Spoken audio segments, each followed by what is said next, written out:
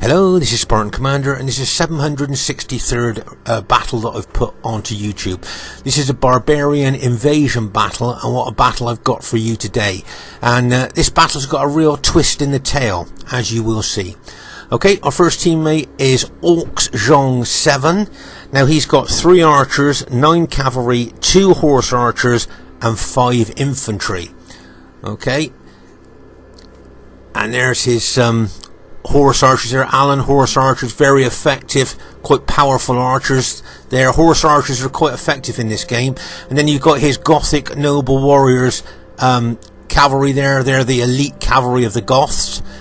And then you've got his Goth raider missiles there, missile troops there. These Goth raiders, they've got long range, they've got good defense, really elite archers there. And then you've got the Gothic spearmen. Of course, anything with a spear is anti-cavalry, but you'd be surprised on how well they can hold up infantry as well. So they're pretty good. And I say there, you've got the steppe chosen warriors, steppe horde chosen warriors. Just like to draw your attention to the swords that they use there. Can you see how they're curved at the end? So these swords are more for slashing than stabbing there. So that's their elite infantry. And have a look at their cavalry. I think he's got 2 lots of cavalry. He's got the Goth lancers there, light cavalry. Even though they are light cavalry, obviously they're fast moving, but you'd be surprised on how strong they are as well. They're pretty good for light cavalry. So there's Zhong's experimental Goths army. Interesting to see how well he does with that. Our next teammate is somebody who's called himself OTD Chinrazig, but is in fact Scorpion King SR. He's got 9 infantry, 1 peasant, 1 priest, 5 cavalry, 2 horse archers, and 3 foot archers. So he has got a very diverse Roman army. There you are, you can see the comitatensis there, the 122 man comitatensis. They're all eagle units, so there's a lot of morale going on there with his army. Okay, there, and then he's got his eastern archers there. These Roman eastern archers got long range, they do a lot of damage, they've got good defense as well. So as I say, the Roman armies in this game are very, very good. And then he's gone for the cavalry there, I think that's Scole, I'm not quite sure how you pronounce it. I think it's Scole Palatini there. These are heavy cavalry, but he hasn't gone for the cataphractii or the equite cataphractii there. He's gone for those particular cavalry. And here you can see he's bought a religious unit. Now remember, like we said, morale is very, very important in Barbarian Invasion. So to bring a religious unit to boost the morale of your troops is a really good tactical move. We know morale is important both in RTW and Barbarian Invasion, but morale seems to be more important in Barbarian Invasion there. So that's a good experimental Scorpion King Roman army. Okay, and our last teammate is myself, who has bought the Franks faction. Okay, now the Franks, I've got 11 infantry, 2 archers, 6 cavalry, and 1 artillery, and this is the first time I've used this faction. To my knowledge, from what I can remember, this is the first time I've ever used this faction, so it'll be interesting to see how well I do with them. Okay, now they've got the Paladin cavalry. These are elite cavalry. Now remember, most cavalry in this game have got a 6 charge bonus. With these guys, I've got a 10 charge bonus. And remember, the charge bonus is the impact and penetration that a unit can do to enemy troops. Okay, so as I say, most cavalry got a 6 charge bonus. These Paladins have got a 10 charge bonus there. Okay, so they are really elite cavalry. They're pretty good. And then we're going to have a look here at the Francisca Heerban there. If you notice, they're carrying effective against armor axes, but they can also throw these axes as well. So they can be very, very effective against heavily armored troops there, because those effective against armor throwing axes there will do a lot of damage to the enemy troops before they even get into hand-to-hand fighting. There's their archers there, the hunters. These are mid-range archers. If you notice, they've got no armor on or anything like that. Very, very mid-range, very mediocre there. And we're going to have a look at there where you got a lot of Franciscan Herban troops there, and there you got the Horde Steppe Warriors. I think that's what they are. And this is their elite infantry, if you like. They can form a shield wall. They got good specifications there. So they're pretty good. So there's our team. It should be a cracking battle for you to watch, and I hope you enjoy it. And here is the other team. We have Brotherhood member Aurelius. Now Aurelius has got 11 infantry, 4 berserkers and 4 cavalry, and a peasant unit there. Okay, and he's got the Burgundi faction. So if you have a look there, you'll see he's got the chosen axemen. Now remember, these axemen are effective against armour. They can cut wide swathes through heavily armoured troops like Roman infantry, for instance. Very powerful. A really good unit to bring. And then he's got the Night Raiders as well. Remember, these bring a fear factor as well, and they're good infantry in their own right. So that's a pretty good army so far there. That is a pretty solid Burgundi army. And then of course he's got his 4 Lombard berserkers. Now remember, these got a massive fear factor, big attacking specifications, but the 2-handed swords that they carry are not effective against armour. Just a reinforcement, they're not effective against armour, but they've got good specifications. And there you are, he's got his Burgundian lancers there. Now these guys are fast moving, even though they're heavy cavalry, they're fast moving, and you'd be surprised on how tough they are for light cavalry. Okay, and look how well armoured they are if you look at them as well. So as I say, they are heavy cavalry, but they are fast moving. And if you look at the upgrades, you'll see that he's upgraded them well. 8 upgrades, 2 experience stripes, gold shield, gold attack. So that's a pretty good Burgundi experimental army. Remember, we're still all experimenting on Barbarian Invasion, so all this is just experiments for us at the moment. Their next teammate is brother member Barclayman. Now Barclayman's got 5 archers, 8 infantry, 4 cavalry and 1 horse archer. Okay, if you have a look here at his step raiders, those step raider archers there, some of the best archer in the game, really elite. They got long range, really good defense, and when they run out of arrows they can be really effective light infantry as well. So they're pretty good. And then he's got the step horde chosen warriors there. They're pretty tough infantry as well. Okay, so that's pretty good. I think that's a pretty good army. And of course, a lot of his units are hiding in the woods at the moment. As we know, sneaky Barclayman, always hiding his units and springing them out just when you don't want them to. But yeah, so you've got a lot of units hiding in the woods there. And their last teammate is a Brotherhood member TR, who's bought the Celts faction there. He's got 3 cavalry, 2 chariots, 4 berserkers, 3 infantry, 3 Pictish spearmen, and 4 gallowglass there. So he's got quite a diverse Celt army there. But as I say, don't forget, we're all experimenting with our armies on this game. We're still learning the game there. They were as a noble clansman. This cavalry is kind of medium cavalry. Definitely not elite, but not rubbish either. They're just mediocre cavalry there. So there you are. There's that team. Should be a good one to watch. Okay, at this stage of the battle, I thought I'd show you my experimental Frankish battle formation here. As I say, this is the first time I've used this faction, so it's all new to me. If you've noticed there, at the front of my battle formation there, I've formed a shield wall. Can you see those horde chosen swordsmen? Look, that's a pretty solid defense there for if enemy troops attack. You can see really solid shield wall there. And then I've put my Francisca Herban in behind that shield wall there. So these Francisca Herban, look, can throw their effective against armour axes into the enemy troops as they're attacking the shield wall. Can you see that? So the enemy will be attacking the shield wall as they're throwing their axes in. And when they've thrown all their axes in, look, there as the enemy are attacking, what I would do then is bring those Francisca Herban out round the flank of my shield wall and attack the flank of the enemy troops that are attacking the shield wall. That's the thinking behind this battle formation. So it'll be interesting to see if this works or not. As I say, it's all experimental at the moment, and it'll be interesting to see what happens. Okay, so once again we're going to have a look at this Nordic woodland map, just to remind everybody here that there's a slight incline there. Can you see? Now many a team has attacked up that incline and won really good battles there through attacking up that incline if that's what they want to do.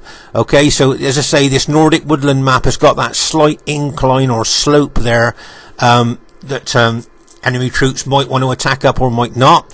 And the alternative to attacking up that slope is to move all your troops over here to this particular area which is flat, and then they can attack the troops there through flat ground rather than attacking up the incline there. So as I say, you've got two different attack approaches. It's whatever the enemy team, if they want to attack, wants to do. As I say, they can either attack up that slope there, or they can go over to the flat area and attack from the flat area if they wish to. Okay, at this very, very early stage of the battle, you'll see that I'm right over on the left flank here, and I'm going to run my troops over to the right flank here, because this is where we decided we're going to set up. So as I say, I've got a long run for my troops there. Now, as we looked at it earlier, the way to attack on this map, do you notice here that Aurelius is moving his troops over towards the right flank of his troops there, of his allies? So they've decided they're not going to attack up the incline. They're not going to attack up the slope. It looks to me like they're going to mass all their troops on the flat ground and maybe attack us from that particular direction. So as I say, I thought it was useful looking at the map so that you would understand the ground, if you like. And as I say, there's two options really to attack on this map, and they're going for the flat ground by the looks of it, from what I can see, and they're not going to attack up the incline. Here you'll see that Scorpion King has got his elite archers in close tight formation. Remember, in close tight formation, archers have got more impact and do more damage there, so that's why he's got his archers like that. Anyway, he's moving his cavalry around the battlefield as well, that just to clear out any hidden units that were in the woods. But here, as I say, on Barbarian Invasion, the horse archers are very effective.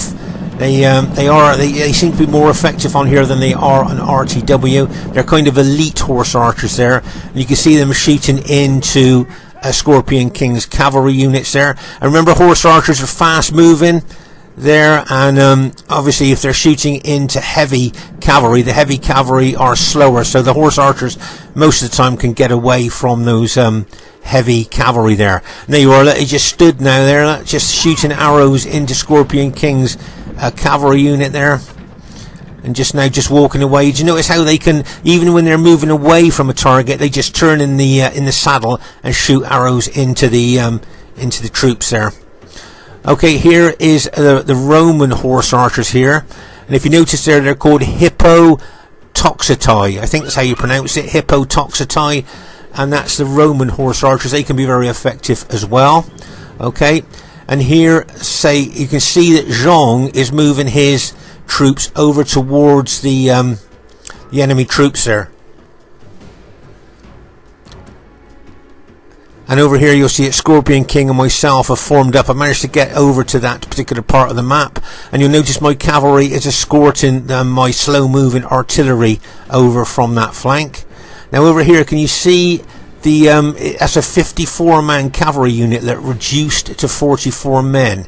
And if you just look at the dead cavalry units there, and that's what the horse archers of Barclayman are shooting into him from that particular flank, into the flank of that cavalry unit. Now, I don't know whether Scorpion King's noticed that or not. I'd have thought he'd have moved his cavalry out the way if he had noticed that. Or knowing Scorpion King with the aggression that he shows on the battlefield here, it wouldn't surprise me if he charged those horse archers with his cavalry. You look at the dead cavalry here that those horse archers have inflicted onto Scorpion King. There you are. Look, Scorpion King is now going to charge. Notice how he's got his cavalry in a line there. They're trying to hoover up the horse archers. If those horse archers don't move very quickly there, they could get caught.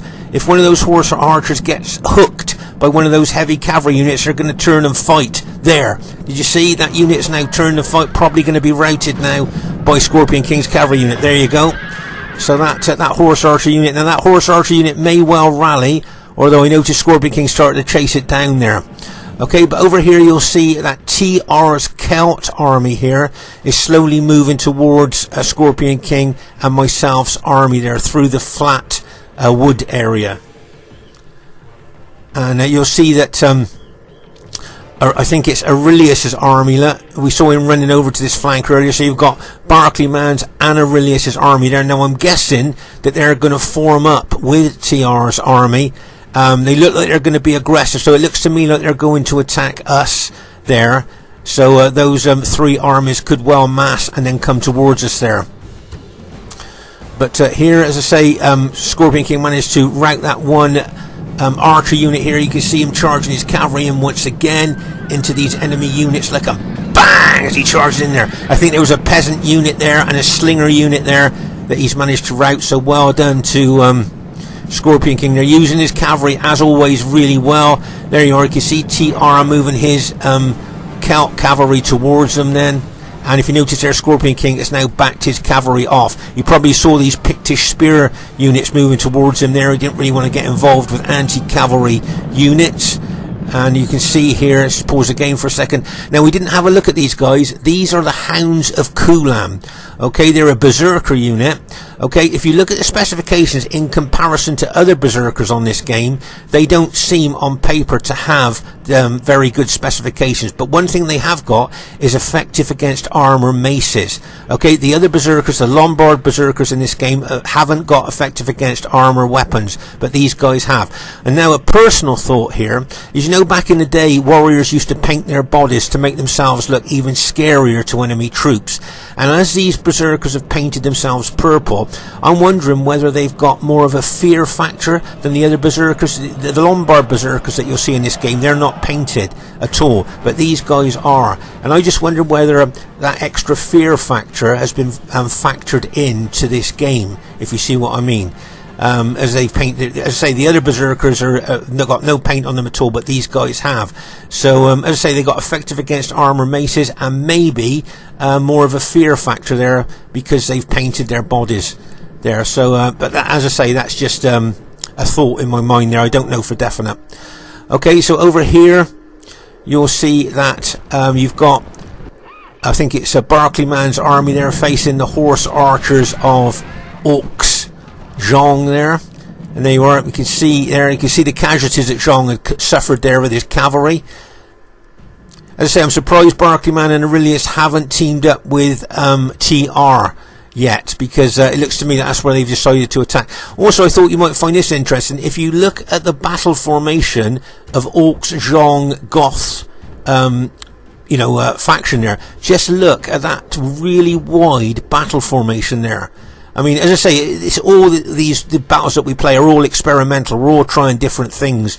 That I just thought that was really wide battle formation there. As you can see here, I've turned my Frankish battle formation to face TR's troops moving towards us there. Okay. And there's that infamous shield wall. Be interesting to see if that shield wall can hold against berserkers, I think. And as I say, you got Scorpion King's cavalry there just on the edge of the woods there. Always moves his cavalry around the battlefield very tactically, very strategically there. And over here you'll see that once again, say he's got his archers in close tight formation for more impact and more damage. But remember though, if he was fighting other foot archers, he would put his archers into open order, because of course, as we know, troops in open order suffer less casualties from missiles. But as it stands at the moment there, you'll see Scorpion King has inflicted a lot of casualties on enemy cavalry there with those archers of his, long range elite archers of his. But as I say, horse archers on this game are very effective and seem very powerful as well. The horse archers on RTW are okay, but the horse archers on here seem to be let's say stronger, really is how I would say it. And here you can see TR sorting his Celtish army out there ready to maybe attack. Aurelius has got his Burgundi army hiding in the woods here. Okay, so that's where he's got his troops. And there's the Lombard berserkers. We just had a look at the Hounds of Kulam with their painted bodies. As I say, these are the Lombard berserkers, no paint on them at all. And those swords that they've got, those double-handed swords, are not effective against armor. Okay, they're not effective against armor.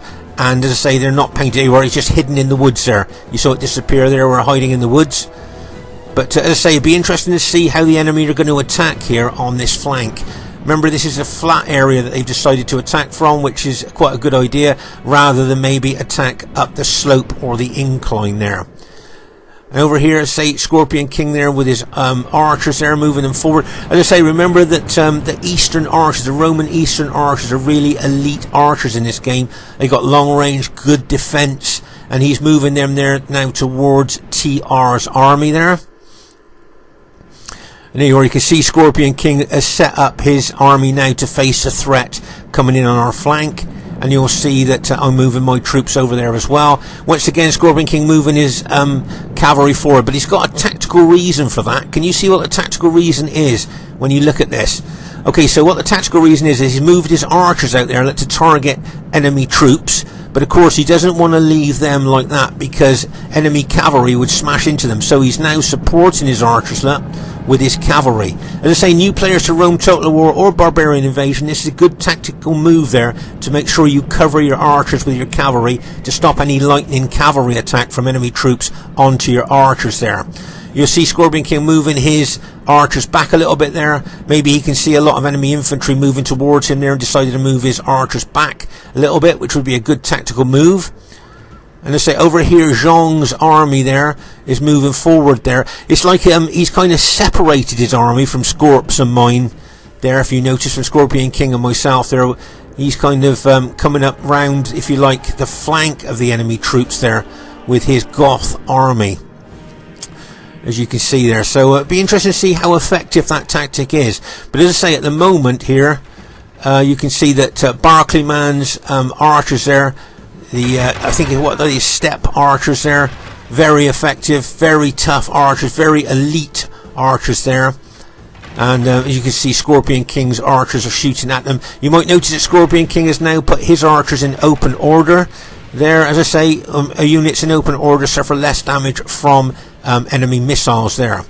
Okay, but over here you'll see TR being very aggressive with his Celt army there, moving forward. Now what I think he's going to do, I don't think he's going to hit us head on there. There's his gallow glasses. Okay, that's the elite infantry of the Celts, gallow glasses, unusual name, but yeah, as I say, they're quite tough, depends on the upgrades you put on them.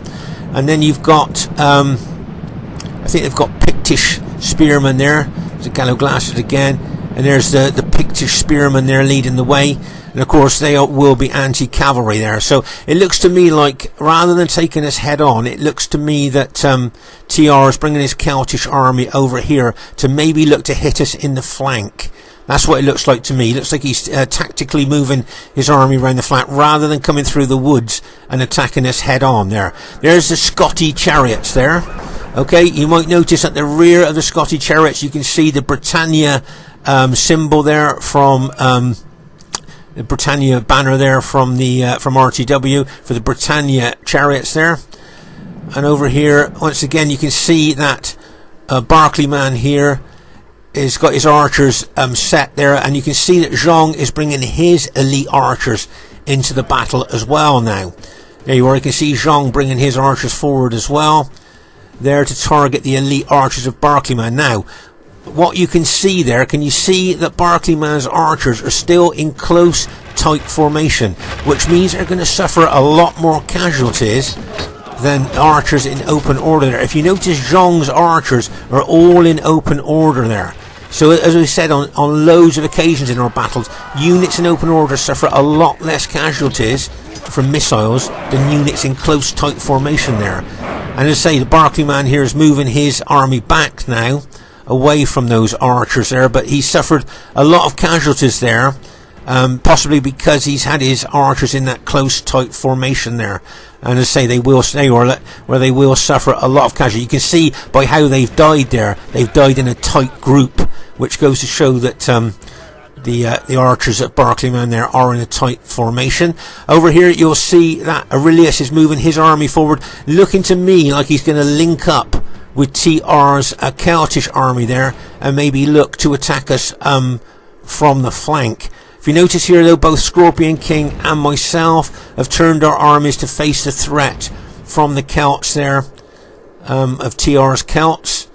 So and if you notice, I've got my one artillery unit there, which is I'm going to fire some fire pots into the woods there, try and kill a few of those Celtish troops. There you are, a fire pot going in there. A lot of the Celts, of course, will be hiding in the woods there, so a lot of units we won't be able to see there. But there's a slinger unit there moving forward.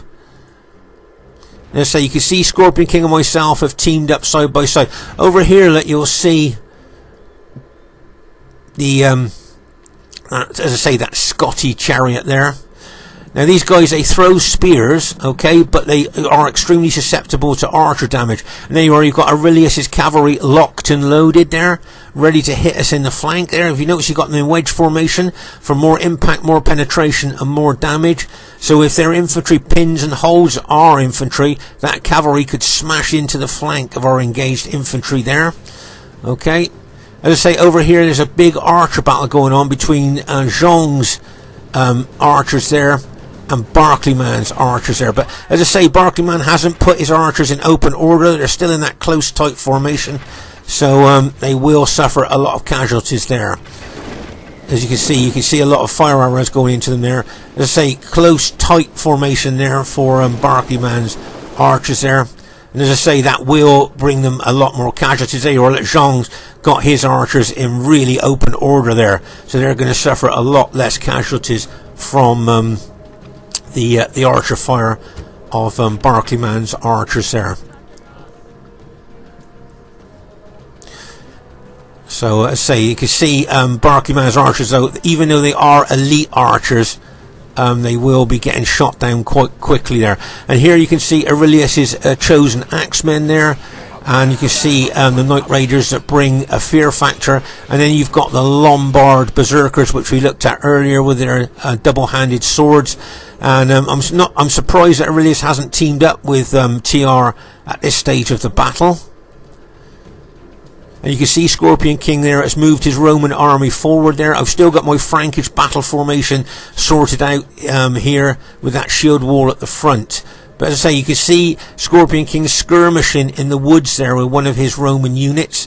He's one of the best skirmishers in the game, and the best skirmishers on Rome Total War as well. Now what I'm thinking here, can you see that Barclayman's army there is facing Johng's army? What I'm thinking is bring my artillery piece around there, and then start shooting fire pots into Barclayman's infantry, which are in close tight formation.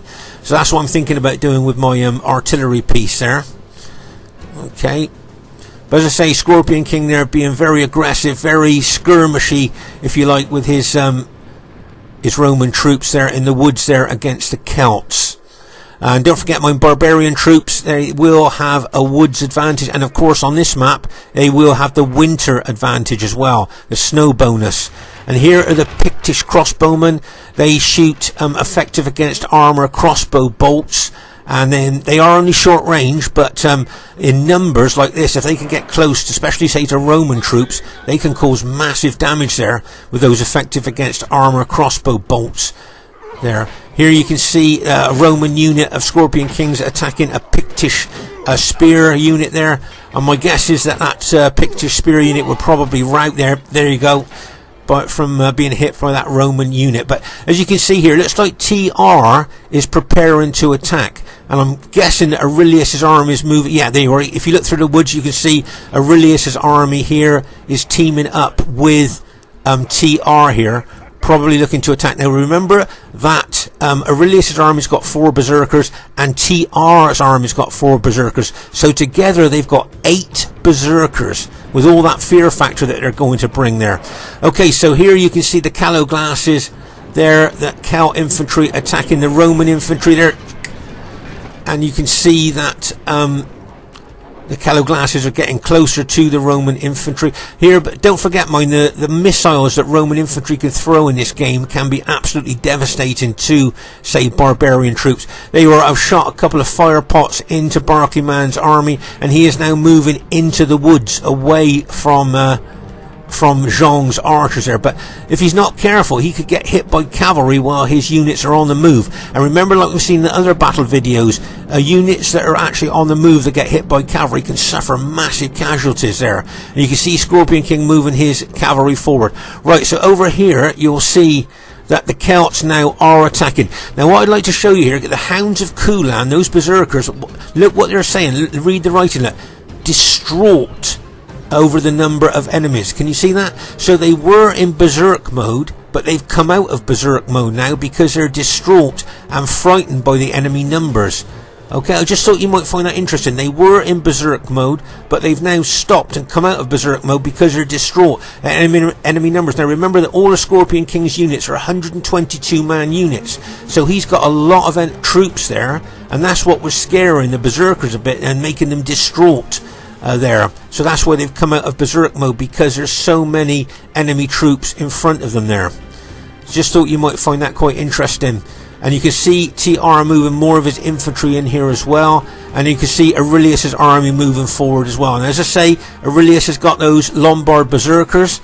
Here you can see that Barclayman's infantry here looks like they may come through the woods and try and hit Scorpion King's Roman army here on the flank.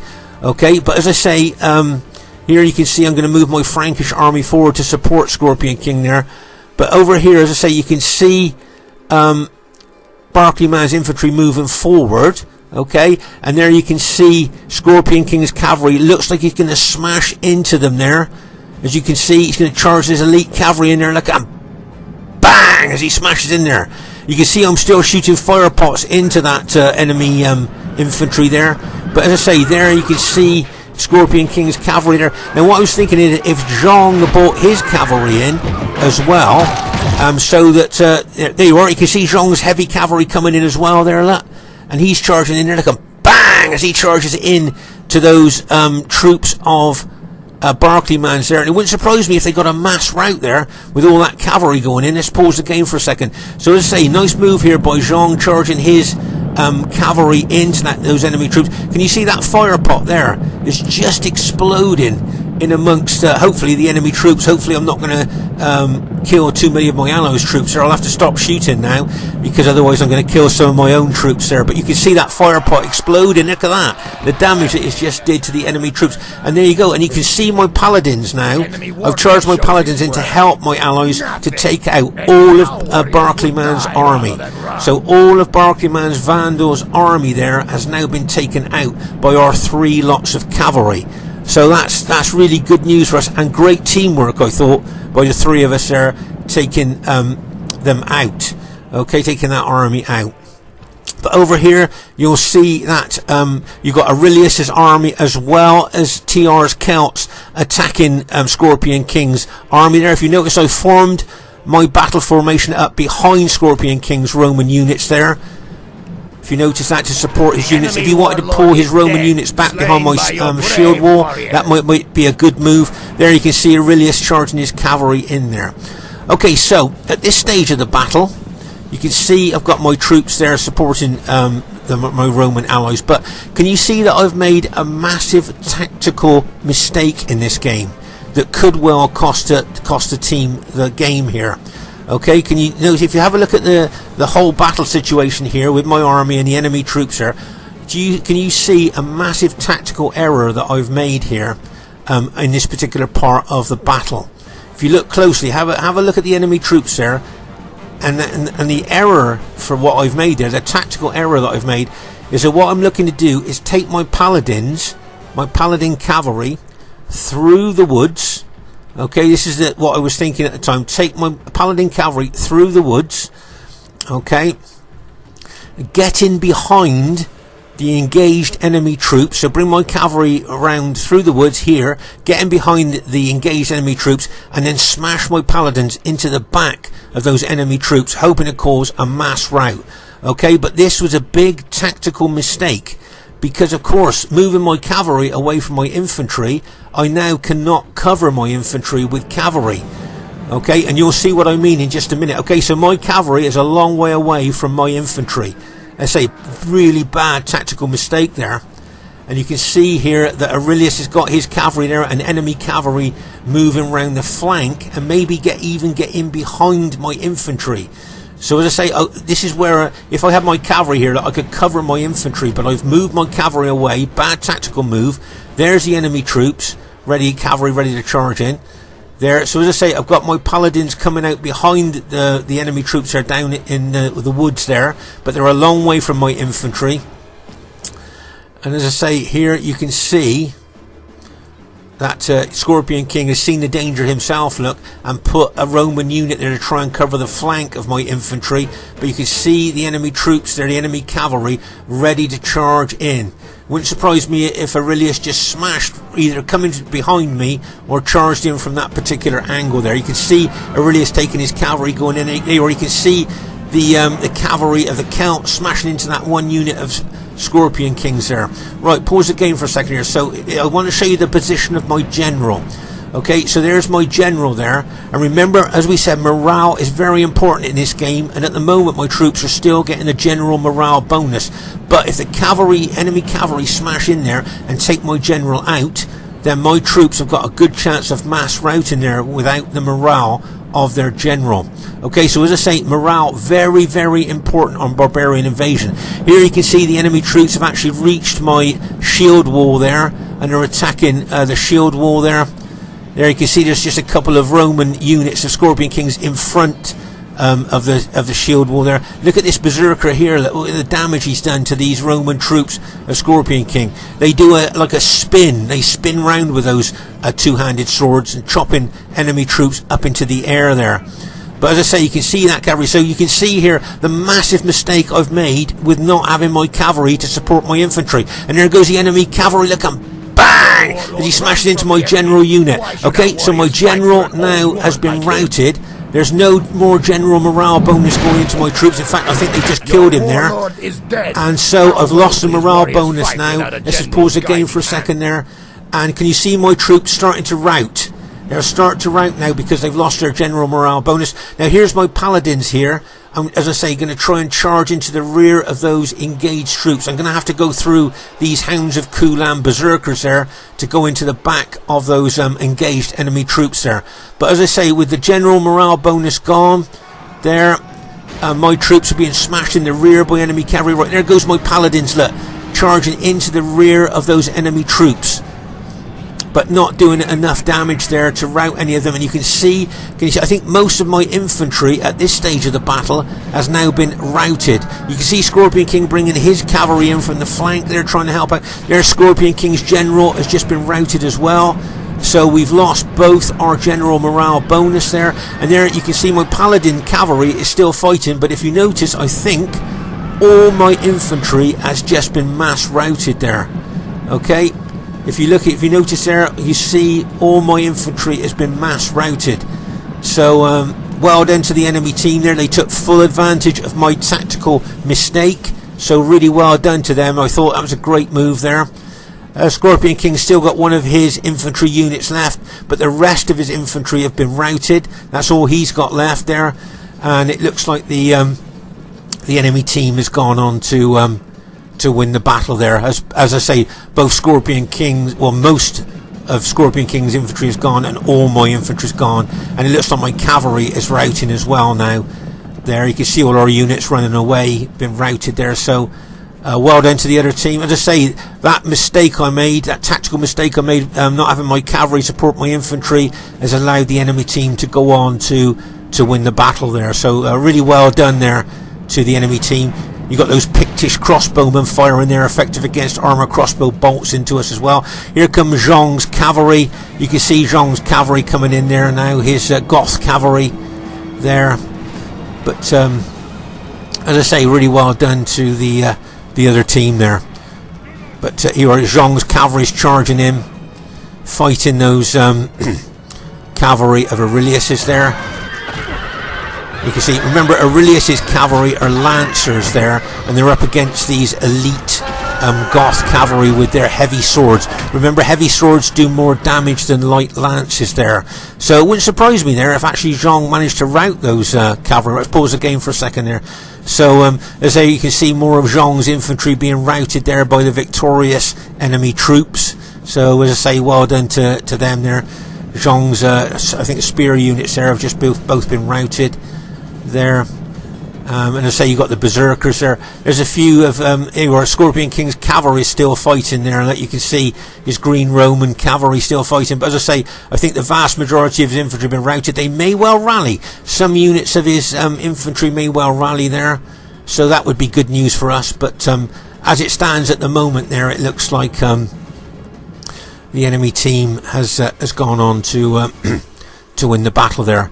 You can see Johng's cavalry there. I think he's doing really well against Aurelius's lancers there, with with their lances against the heavy swords of those Gothic cavalry there. There's elite Gothic cavalry. You can see a couple of my paladins have rallied. Look, very battle damaged, but I'm going to charge them into the enemy as well. Like a bang! As those cavalry units go in there, like a bang! That one as well.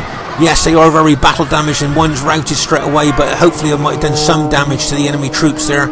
But here you can see Johng's cavalry literally being like they were being chased away, but he's decided to charge them in now to the enemy cavalry there. But if enemy infantry comes over, of course his cavalry will be routed there. You can see one of his cavalry units routed there.